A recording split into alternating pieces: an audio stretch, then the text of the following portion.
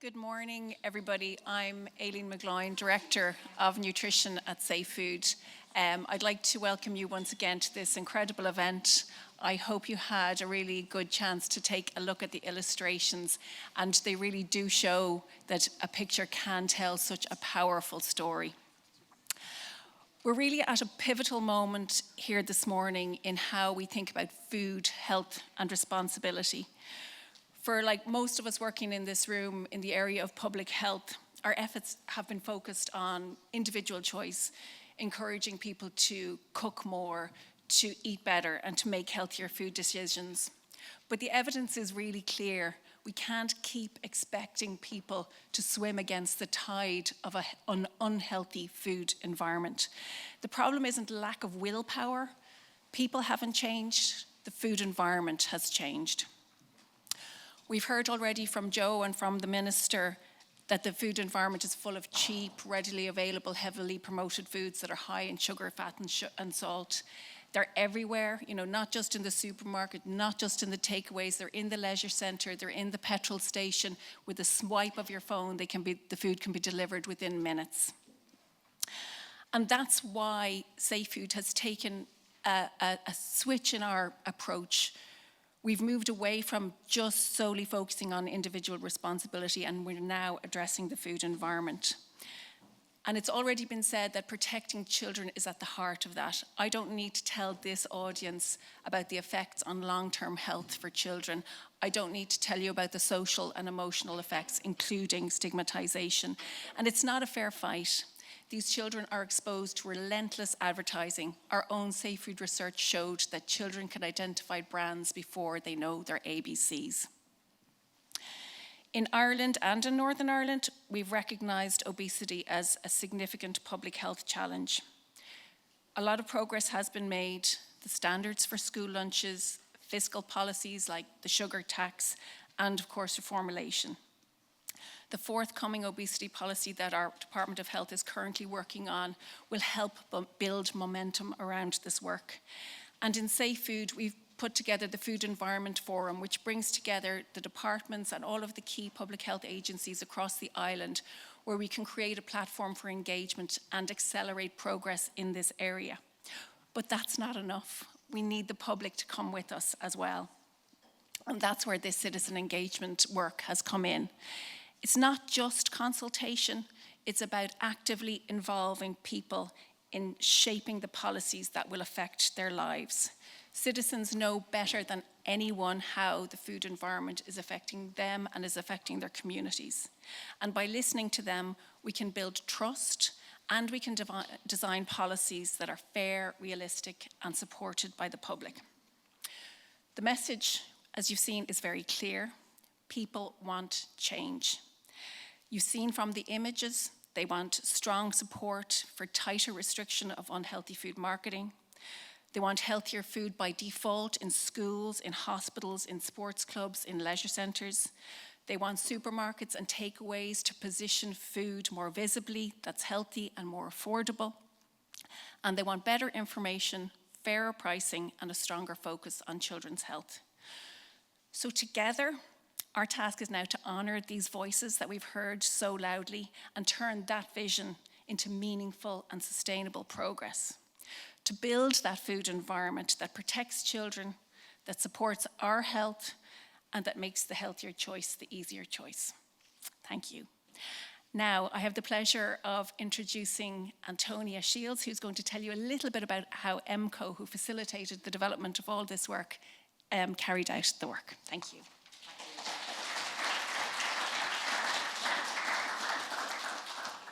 Hello everyone, I'm Antonia and I'm joined by my colleagues Ellen and Colleen and Della and Fiach. And we work for MCO, which is a strategic design and project management company, and we work in the health and sustainability fields, among others. And we were delighted to have the opportunity to work with Safe Food on this unique project. It allowed us to incorporate innovative techniques in designing and delivering the workshops and the exhibitions, and that's something we always strive for in our public engagement work. I'd like to thank the participants from the community groups who gave so generously of their time and their ideas.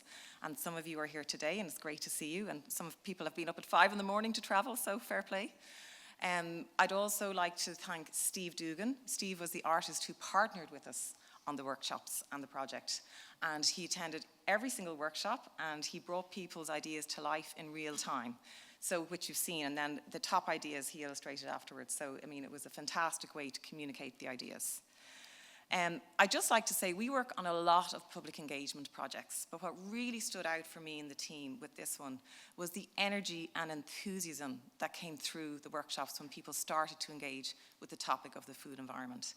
It's clearly a topic that means something to people, that's important to them, and they really want the food environment to change.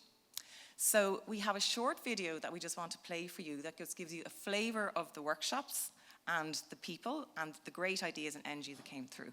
So if we can... Getting us to think more broadly about our food environment. I think that was amazing. The food environment includes all the food we see around us. Today, our food environment is overflowing with unhealthy options, and that's affecting our health. People across the island of Ireland want this to change. In 2025, we held workshops with community groups to create a vision for how. The result? 12 workshops, 140 participants, thousands of good ideas. The workshops revealed an enormous appetite for change, from better store layouts to incentives for healthy eating, and lots more. A positive vision was created, one where our food environments are redesigned to make healthy eating accessible for all.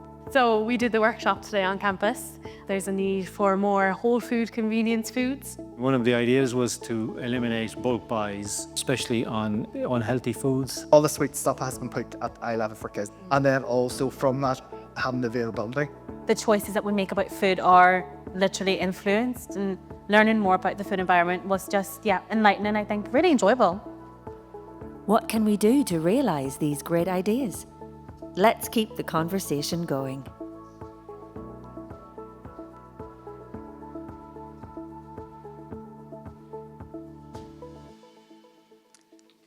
Thank you. So I'll just hand over to Philip now to introduce the panel. Hello.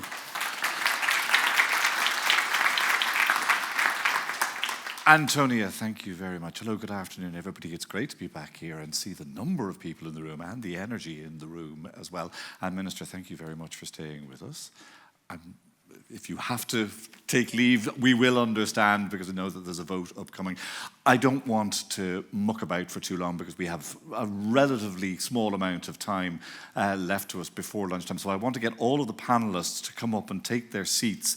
And what I propose to do is to get each of them to set out their stalls to you for about 4 or 5 minutes, and then I will ask a few incredibly brilliant and incisive questions of each of them before throwing this open to the floor and getting you talking to them and getting you talking to each other, and keep that flow of ideas backwards and forwards moving right up until lunchtime. So, to not introduce everybody one by one, to go straight to the first person that I want you to hear from is Anna Taylor, Executive Director of the Food Foundation. And in many respects, Anna is here today with us as a kind of a crystal ball, coming from the UK, where you are 10 years further down the slippery slope of obesogenic food environments, but also 10 years further down the slope of solutions than we are. And you have, I hope, a few shortcuts to point out to us and a few cul-de-sacs to try and help us avoid. Anna. Thank you very much, and wonderful to be here. And I just love the exhibition. Huge congratulations to Safe Food, because I think there has been a bit of dearth of kind of imagining what different could look like. We've got a situation that has changed slowly over a few decades. And I think if we had that change happen over a year or something, we would all be up in arms and realizing the harm that is around us. Because it's happened so slowly, it's sort of become very normal. And I think what is amazing about the exhibition is that you've really captured people's imaginations of what different could be, and I think that's very exciting to see that just, communicated so powerfully. So the first point I wanted to make really is that we are dealing here with a systems problem. I think those comments have been made very powerfully about the role that food environments are playing in shaping our choices. But, imagine blaming drivers for speeding when the roads are all designed like a racetrack. It's that kind of situation. We have it in the UK. I'm not sure how the figures compare in Ireland, but we track the cost of healthy calories versus unhealthy calories. And there's a twofold difference. So the healthier calories are double the price of the unhealthy calories. So in that situation, bad diets are not a choice, they're an economic outcome. We've got a systems problem which is creating these bad outcomes, and I think we'll have a chance to talk a little bit about some of the nanny state arguments which are used to counter some of the challenges around the role of the system. I'm looking forward to coming into those, but I think what you've described here in these pictures are environments that are empowering to people. They give people agency. They allow parents to go into a situation where their ambitions are not being undermined by everything around them. It's about empowerment and agency. It's not and allowing parents to be parents and not having these very disabling environments which we currently see around them. So a few points of sort of perhaps inspiration, shortcuts, cul-de-sacs to your question, Philip. I think we've got some exciting results from the recent policy developments in the UK around positioning of unhealthy foods in retail environments. So many of you will have clocked the evaluation of that policy, which points to 2 million fewer purchases every day of high-fat, sugar and salt foods. This is really, quite significant impact from just moving things around in the store. And the reformulation that results from those policies, of course. We've also just had introduced the advertising restrictions. This was a 7-year process.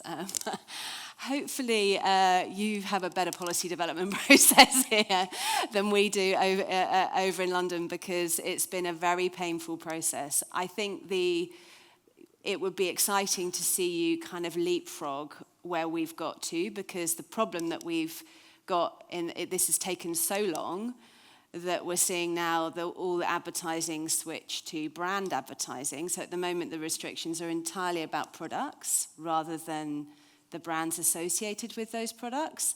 And as we've seen with tobacco advertising, that switch from product to brand was a pathway which we saw very clearly. People remember the Silk Cut adverts as kind of iconic brand adverts. So I think you have an opportunity to deal with it all in one go, product and brand, and would urge you to think in that direction. I think some of the cul-de-sacs lie around voluntary measures. These just tend to delay progress. Because what we found, again, a big reformulation exercise that we pursued in the UK on a voluntary basis just didn't deliver the results intended. And it wasted a huge amount of time. And so there are, mandatory approaches which are demonstrably, with things like the sugary drinks tax, deliver impact really fast on a short time scale. I think the other thing that I think is potentially an interesting policy proposal, which was announced in the UK last summer in the NHS 10-year plan, was this proposal to require all food companies to report on the proportion of their sales that are healthy and unhealthy.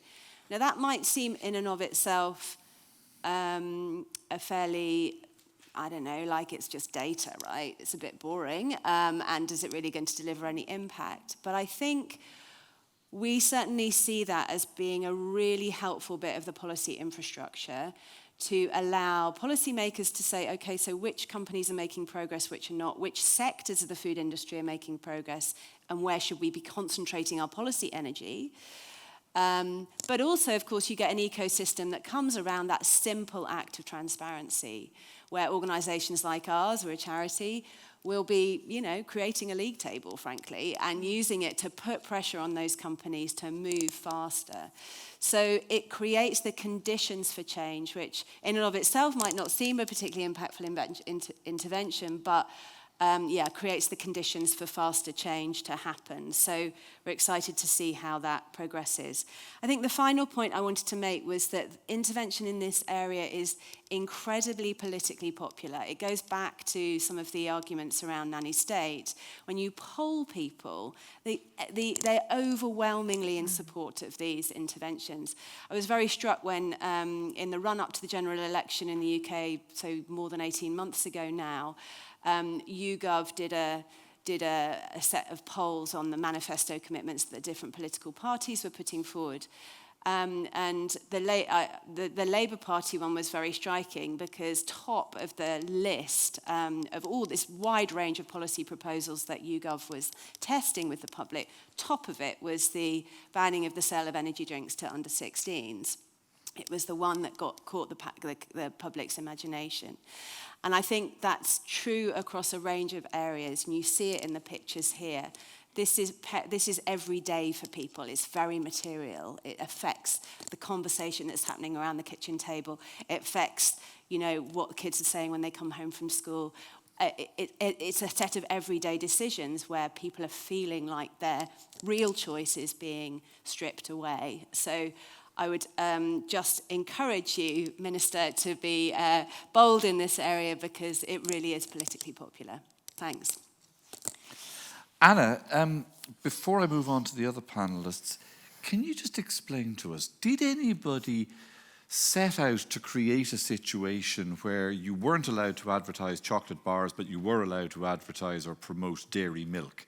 Or was this just the very clever ruse by which the food production companies kept themselves in the game? It's definitely a method by which companies are trying to keep themselves in the game. You see that now, quite blatantly advice to companies online saying, get around the restrictions by advertising your brand. So that is evident and very clear, and I think we'll see a kind of significant growth. We haven't yet got the data because obviously And what arguments did they employ to get themselves into this situation? Was it ones of, freedom of speech or discrimination, or was it just straightforward economic scaremongering that you're going to impact successful companies unduly harshly? It's certainly seen the latter, but I think the other thing that's really important to note, and this is actually where you've got much better policies in place here in Ireland, is that a lot of the lobbying happens behind closed doors and not revealed. We have a few public registers where certain types of meeting are recorded. The detail is very, very slim. You have a much stronger policy framework here around lobbying, which I think is fantastic, and we're trying to take the inspiration from here into UK conversations. But I think the arguments are deployed often privately, and are in that sense also quite insidious, I would say, because they're not subject to the shining the light on it, which people like yourselves would be doing. Yeah. Donal O'Shea needs no introduction to anybody in this room. If you don't know who he is, you're probably meant to be in a chartered accountant's seminar downstairs. Donal, you were hovering around the chefs in schools, offices and hospitals cartoon. Please tell us why. Well, it was great to see it highlighted as a site for intervention and mentioned by the Minister as well with the introduction of the Hot School Meals programme. We need to be absolutely sure we use that to influence the food environment and upskill our students with practical cooking, interactions. And chefs in schools is a lofty ambition. We need to, keep the ambition high. and then make sure it becomes practical and workable on the ground. And what is the opportunity that arises from that? Well, the opportunity that arises is to look at best practice in other countries where students participate in the cooking process, the prepping of the meals, and leave school with the ability to cook basic meals from healthy base ingredients. The food literacy is not as good as it should be. The milk comes from a carton in Tesco, and people don't know that it's from a cow. So passionate and about as to that. the actual formulation of the food, I mean, you heard the minister in her opening remarks say that this was something that she was keen to look at. Yeah. She's here in front of you now. Tell her what it is that you would like to see. Well, I would like to see what's happening, a review of the school meals programme as it is, and then before we roll it out nationally, feeding into just providers of school meals, we pause and say the hundreds of millions that is going to go into this over the next 15 to 20 years, we need to take a long-term view and use that money to make sure that schools can be involved in prepping the food. So have an ambition to get canteens and kitchens into schools. And if that means we're 5 years away from the next phase because we invest in the infrastructure, then great. That's the long-term view we need to deal with the obesity challenge. I'm interested that lobbying does not appear. I'd at least, if it does, somebody tell me. I don't think it does. And the food industry spent more on lobbying than drinks, tobacco, gambling over the last 20 years. The investment in lobbying, and it's behind the scenes, so behind the scenes, it doesn't appear there. And then a final point on brand management and managing your brand. And this has been commented on before. Ronald McDonald House and Ronald McDonald is the brand. It will be the first thing you see when you arrive at the New Children's Hospital and the last thing you see when you leave the New Children's Hospital. That's fantastic brand management. The work that goes on there is absolutely crucial. But it shouldn't carry the brand of Ronald McDonald because that's advertising. The last time that I spoke to you at one of these events, you talked quite passionately about semaglutides. It was just Ozempic that was on the horizon at that stage as being an absolute transformative moment. I wonder now, if you take your public health hat off for a second, because obviously they are a game changer, and put a public policy hat on, has the fact that there is now a pill to solve these problems taken some of the energy and the momentum out of movements and campaigns such as this? Or at least in terms of the policy makers and how much energy they're prepared to assign to it, because we can now solve this problem with an injection or a pill. Well, you reverse the problem, you treat the disease of obesity. For me, every time you've developed a treatment for a disease, it has energized the prevention space. Lung cancer and smoking, heart disease and smoking. So I'm hoping that you're wrong, right? And I think Ireland has done a lot over the last 25 years, and a lot of people in this room have been involved in that. And we are seeing levels of obesity plateau.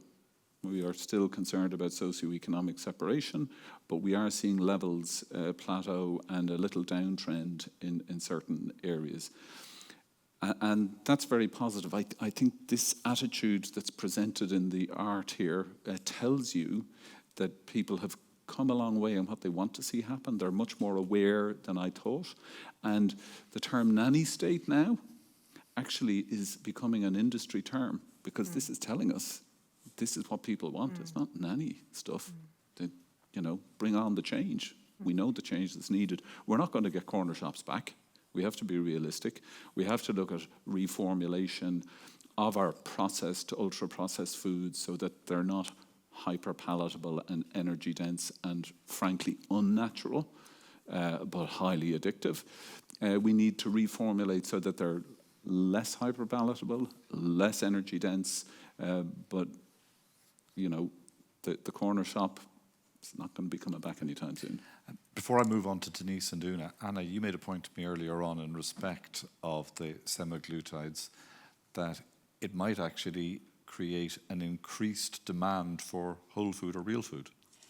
Right. I mean, I think there's some sort of early evidence to suggest that, well, we know that people who are on the treatments need to make sure they're eating sufficient nutrients to protect their health, and that is in turn shining a light a little bit on the nutrient quality of different foods, and the fact that a lot of what we're eating is quite high energy, low nutrient food. And so we're certainly tracking the extent to which that is sort of moving the conversation into more nutrient rich foods and what that might mean for both how the food industry responds when larger numbers of people are on the drugs. And as you say, creating a bigger space, because I think a lot of the conversation around diet and public health has been rightly on the particularly harmful foods, but we've paid much less attention to how we kind of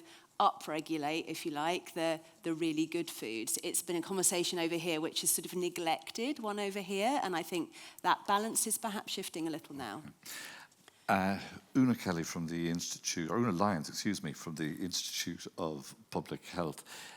Both Donal and Anna have made reference now to the overwhelming resources that are behind the messaging that the food industry has by comparison with campaigns like this. This is your area of expertise now, and seeking to regulate the advertising and the marketing opportunities of the food industry. Set out your stall for us before we ask you a few questions. So I think I'm coming at this from the Institute of Public Health side. We do a lot of work on tobacco and alcohol policy. So I was just trying to think around, can we treat food the same as we treat alcohol and tobacco? And I suppose essentially, like, we all need food, we all have to eat every day. Tobacco and alcohol, they're not essential, but there are learnings and measures that we can use from policies created on alcohol and tobacco and apply them to the food environment. So one, as you mentioned, would be around the advertising, potentially following the UK's footsteps, but making sure we don't fall into those loopholes as well. And then things, point of sale, display bans, promotions. I think, we've seen in supermarkets now, tobacco is behind the counter, alcohol is behind barriers. Do we need to do the same with these unhealthy, high-fat sugar foods? Do we need to, restructure the retail environment so that they're out of the way? You can avoid them when you go into the supermarket. You're not bombarded with them at every turn.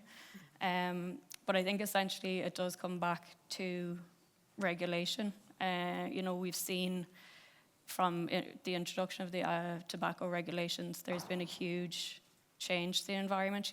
Population health has improved, people's habits are changing. It's not the norm anymore.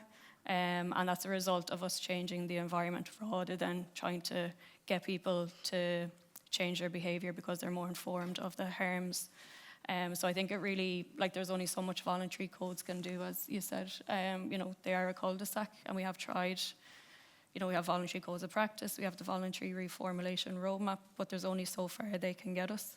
We do really need to, I suppose, bring in regulation now to have a real effect on the environment. Restricting the opportunities, restricting the places in which the industry can advertise, fine.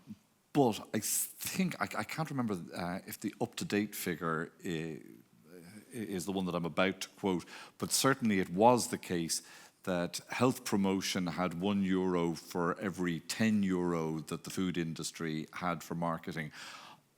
Would it be fair to say that until such time as we start taking some of that money from sugar tax or whatever other areas and dedicating it to health promotion and to campaigns like this, that you're not really at the races? I think that's a difficult one. Like, I do think we need to make healthy food more fun and appealing, especially for the younger generation, you know, bring it into community programs like where Denise will be involved, you know, having this healthy cities, bringing it into education. But yeah, definitely like ring fencing the money from the sugar sweetened beverage tax. I feel like that's where it needs to go now. We're gonna need to use some of those industry tactics when it comes to advertising and stuff before healthy foods instead.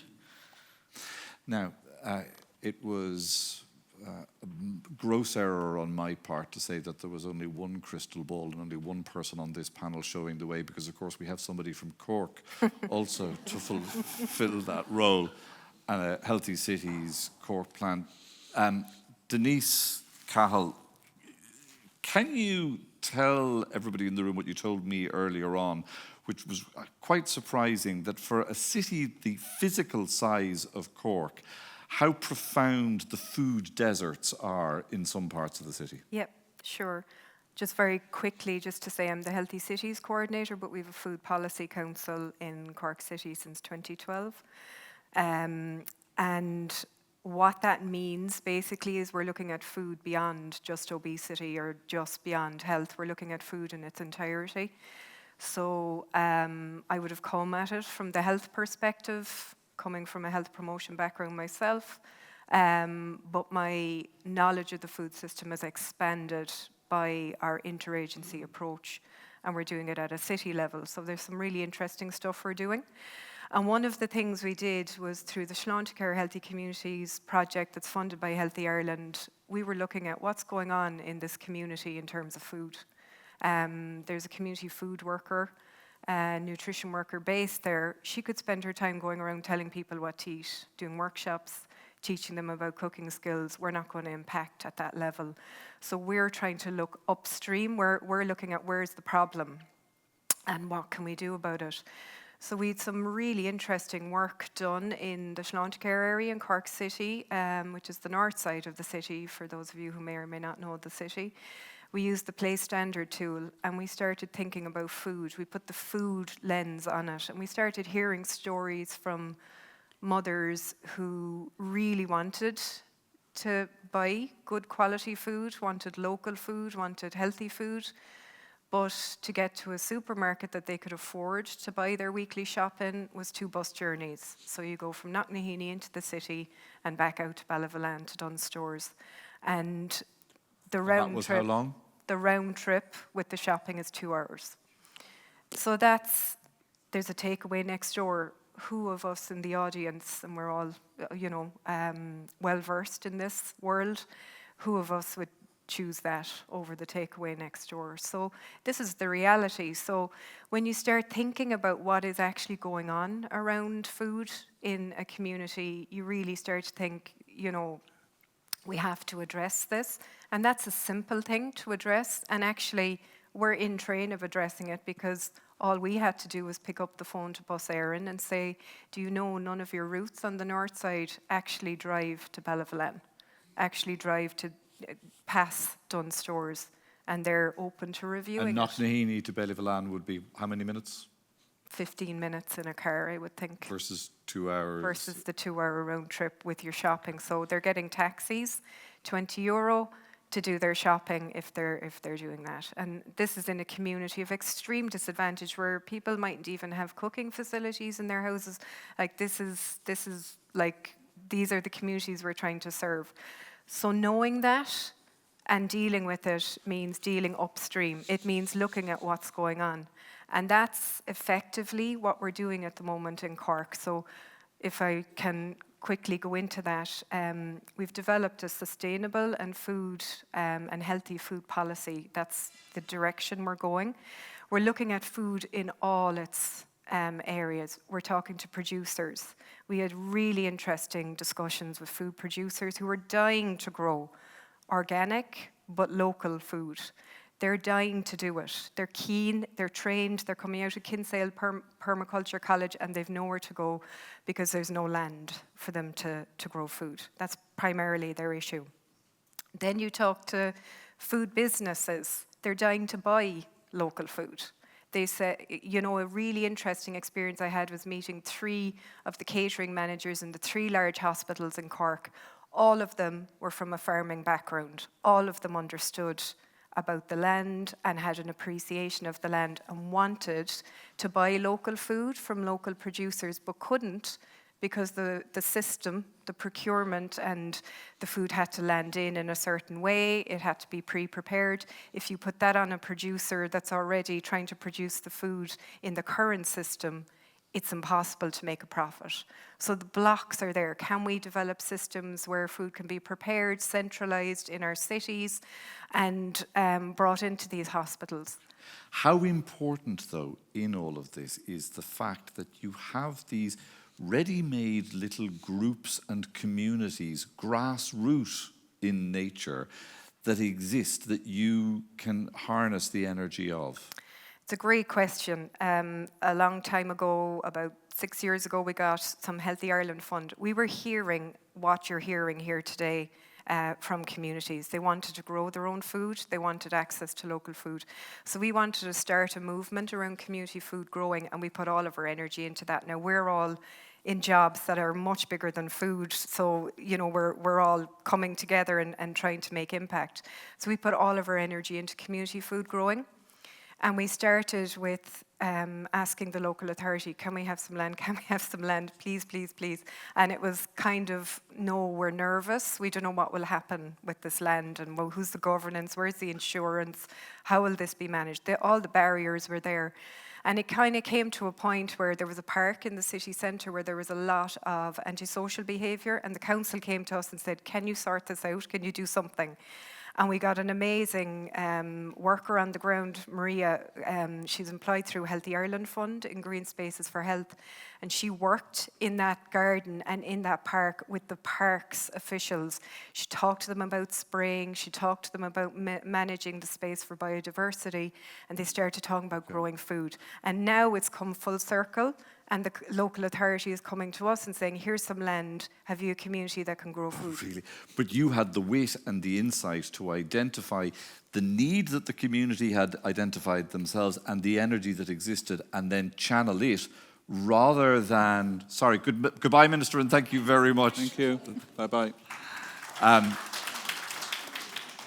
To channel that pre-existing energy rather than setting a top-down policy and saying, here's what you're going to do, people. And that's, I'm not going to do the big Cork thing, but that's what actually does happen in Cork. She's not going to do the big Cork. It's the rebel thing of the community and the grassroots, and there's a movement there now. We've 25 community food growing spaces in the city between allotments and community gardens. I'd invite all of you to come and visit them. What they're growing is incredible. They're experimenting, they're meeting. There's people there from all parts of the world meeting each other, sharing food. They're not just talking about the food pyramid. Okay. They're talking about food, where it's coming from, how important it is. They're developing the skills that a generation has lost in terms of growing food in an urban context. And they're producing amazing food, but they are not producing the yield we need to feed communities. So we are attempting in Toker... You need to scale up. To get a market garden, yeah. Now, this is your 60 or 120 second notice before I come to you guys for questions, but I have one last question myself for Anna. And that is the nanny state question. There's no doubt there is huge momentum behind, political energy behind those in the UK who would seek to dismiss everything as nanny statism. What rhetorical flourishes or what responses do you have to the people who try and dismiss you in that way? I mean, I think what's become, I think actually, to be honest, those arguments are almost dead in the UK. And they were heavily deployed by a very small group of the, what I would call broadly political elite. They're not all in politics. They might be in the media and the business community, but essentially quite a narrow group of individuals that really pushed those arguments very, very strongly. And I think what we've done is we've basically gone back consistently doing exactly this kind of work. We've had a huge, big sort of national conversation around food, which has really surfaced a hugely diverse spectrum of people from across the UK, and who are very, very consistently saying this argument has no traction. It's not how we see these arguments at all. We're struggling with our weight. We're struggling to feed our kids well. We need help in this situation, and we want the food industry to work harder to help us, and we want policymakers to more effectively regulate the food industry. So we've deployed that really, I think, pretty effectively now, and I think there's a sort of growing. We're much less frequently having to say, oh, but it's the food environment. People get that like pretty quickly now. Okay. Right. Hands up there, folks. There's a microphone coming around, so 2 in the front here to start. Hello. Hi, my name is Ada. I'm the research officer at Airfield Estate. It's an urban working farm in Dundrum. So we provide a space and an environment for people, particularly kids, to get to know their food. I know, Donal, you mentioned food literacy. That's something we're trying to close the gap on. Is there, other than the food environment, or is it the food environment that is the problem and causing that gap in the food literacy? Who wants to take that? It's kind of in your area, really, isn't it, Oonagh? Looking at me with a blank face. Anna, go on. It's a good question. I think, so yes, I think the food environment in schools in particular is a huge barrier to food literacy. And I don't know enough about what happens in schools in Ireland. I can just tell you about the UK. But we have a situation where we've got stuff in the curriculum which is, for the most part, not being implemented or certainly not inspected through the Ofsted framework.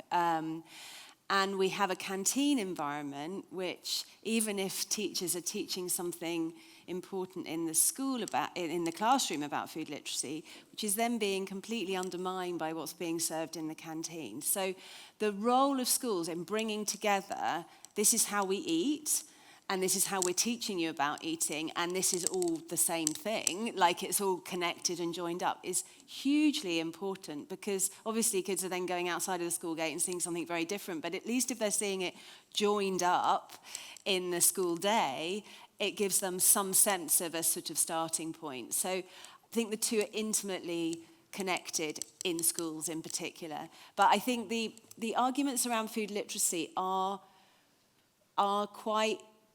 used a lot by the food industry to undermine policy intervention. They basically say, this is all about teaching kids to eat well. Job done. When you've done that, you've got everything sorted.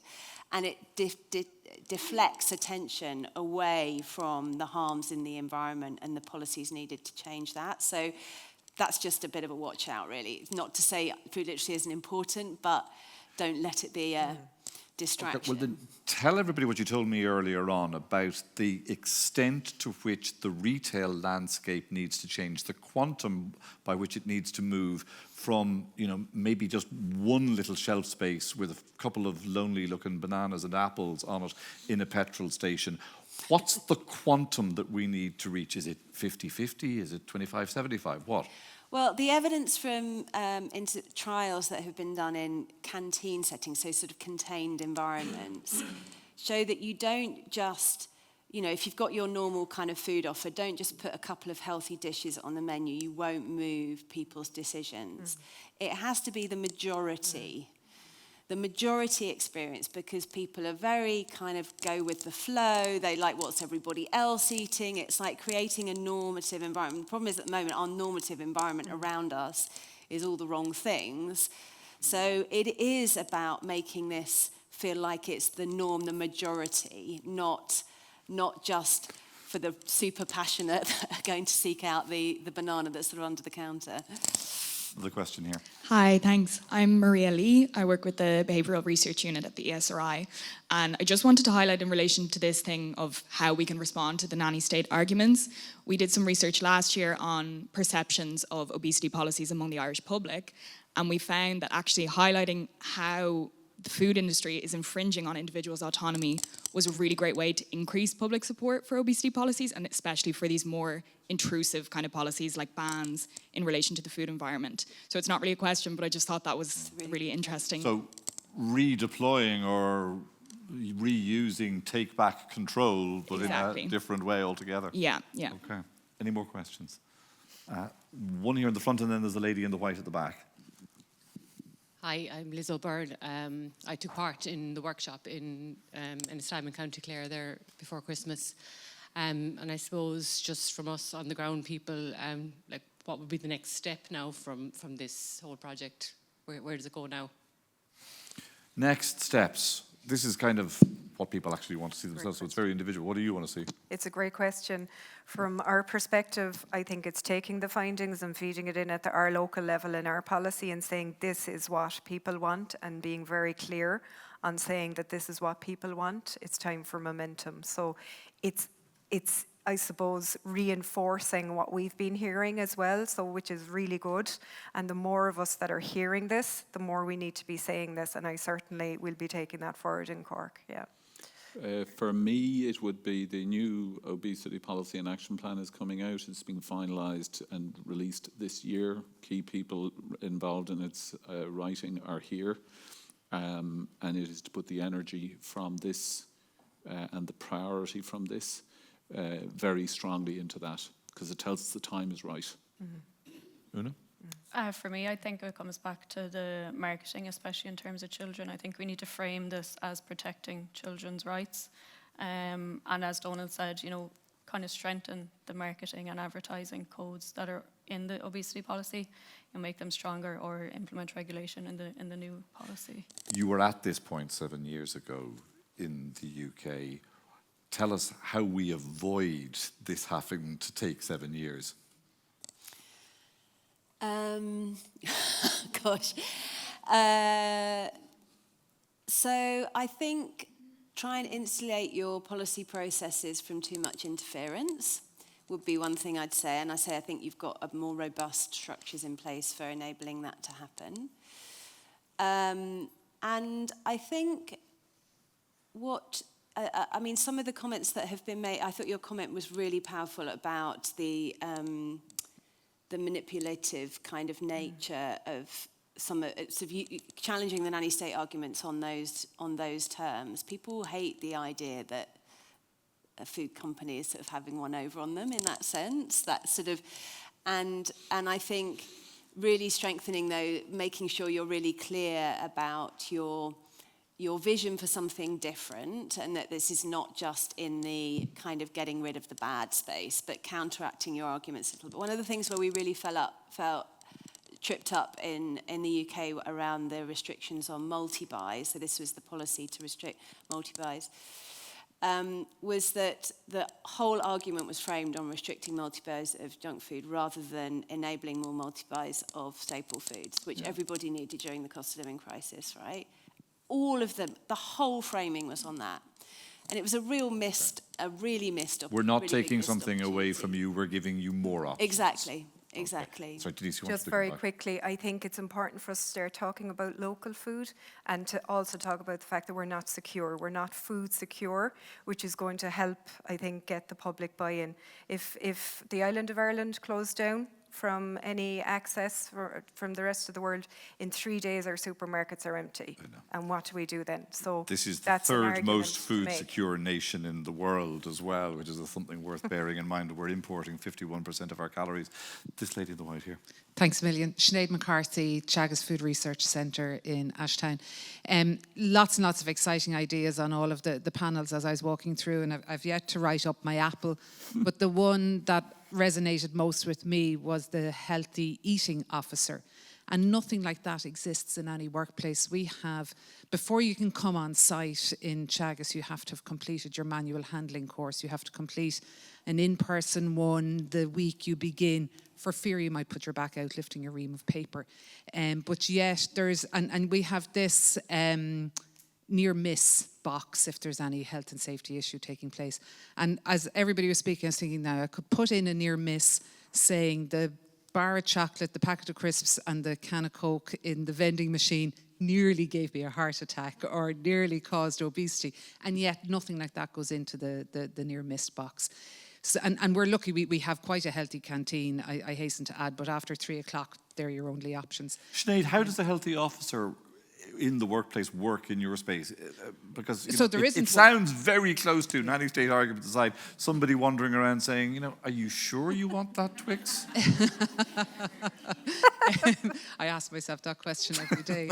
But it's more so, I suppose, it's that piece of ensuring what's available in the canteen is healthy. Okay. It's not following the individual around. Like you have to do a medical checkup to make sure you're not going to keel over with a heart attack on site when you start working as well. So that should be maintained throughout all of the policy. So I don't know of any organisation that has a healthy eating officer as part of its, I suppose, health and safety promotion. Okay. Can we get the microphone to that lady in the black there, second row from the back? Thank you. My name is Ruth Hegarty from Food Policy Ireland. I suppose I wanted to ask the panel what their view is on, this is a very dry kind of policy question and governance question, but what their view is on the multi-stakeholderism approach to policy formulation. And I know, Anna, you said, we've better frameworks than the UK in terms of our lobbying register, which is great, but we also have, multi-stakeholder committees that are very much dominated by industry or sometimes by state bodies who in turn have boards that are dominated by industry. And I wonder what your views are on, how this idea that everyone has to work together and we can't find solutions without involving. Before you ask the panel that question, what's your view? Do you think that there are too many cooks spoiling the broth?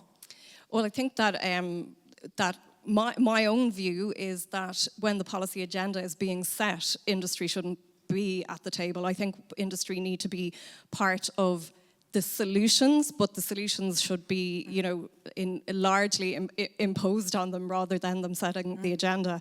And I think that in some cases, like in the case of our newly rolled out school food programme, the model that we have ended up with was probably, we ended up with it largely because maybe the only people that were consulted about the approach were industry providers. Time for a bit of totalitarianism, Donal.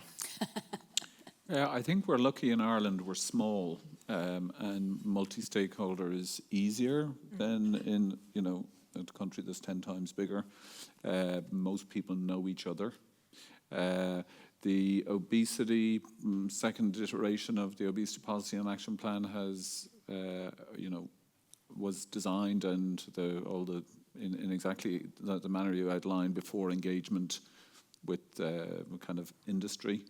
And then we also have to be very careful about the pharmaceutical industry, which you've kind of alluded to, the food industry is very heavily invested in the pharmaceutical industry, and the tobacco industry is very heavily invested in the pharmaceutical industry. We need to be aware of that at all times too. Does anybody else want to say anything on that? Anna? I was just going to say, I think there's a two-step process which I think is important to keep in mind in the policy development sphere. I share your view that the sort of mainstream policy objectives and decisions need to be protected from industry influence, but I think there is an important second step which is around sort of feasibility of implementation, where discussion with the food industry is really important for surfacing a whole set of practical issues which policymakers just may not be attuned to in terms of how this actually plays out in practice. So I think preserving a two-step process is important, and being clear about when one starts and the other begins is an area that I think we need to sharpen up on a bit. Mary, final question to you before we wrap up. Thank you very much, Philip, and thank you very much to the panel. My deepest concern, I think you guys might have the answer to, and it is the fact that socially disadvantaged people can't afford healthy diets, and food is a flexible spend. You have to pay the rent or you lose your house, and this is a huge issue in Ireland at the moment with our housing crisis. You have to pay the electricity, and therefore you skimp on the food. And I know from doing the analysis that calories are very cheap from ultra-processed foods.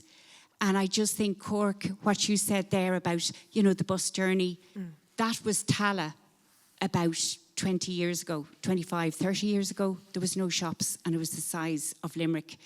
And that's changed. And I think city planning, I think that is wonderful, because I think you'll get to the planners about not allowing all takeaways and maybe betting shops in certain areas, that there has to be a mix. But I wonder, Anna, or any of the panel who could give us insight on this, because I think it's a huge issue. Thank you.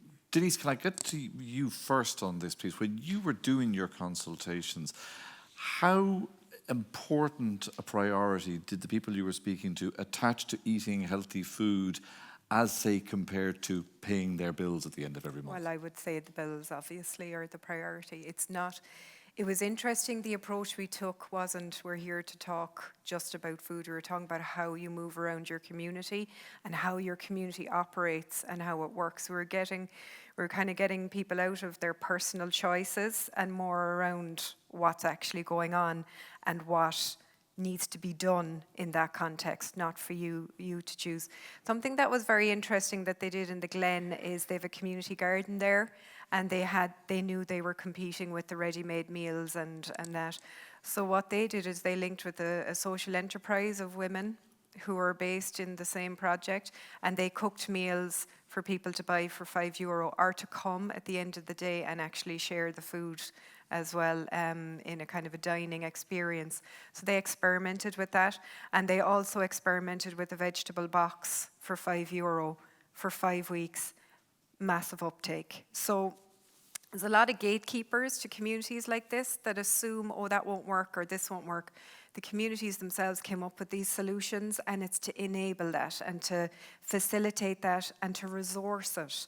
Resource these gardens with community workers that know what they're doing. Give them the resources, and they will find the solutions. And the community are doing it, and it's more successful. So that would be my argument in that context.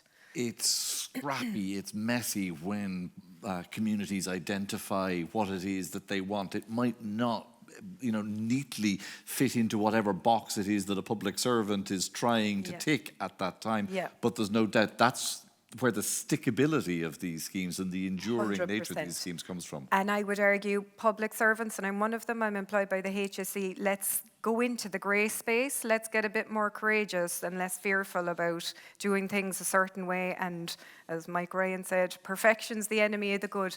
Let's do this in a way that's practical and works for people and support and enable. They have the solutions, communities have the answers. We've definitely seen that. Let's enable it rather than trying to fit it in a box or a KPI or whatever way we're working. Brilliant. And I'm going to take that round of applause and extend it into a thank you to all of the panellists and to you for coming along today. Thank you very much.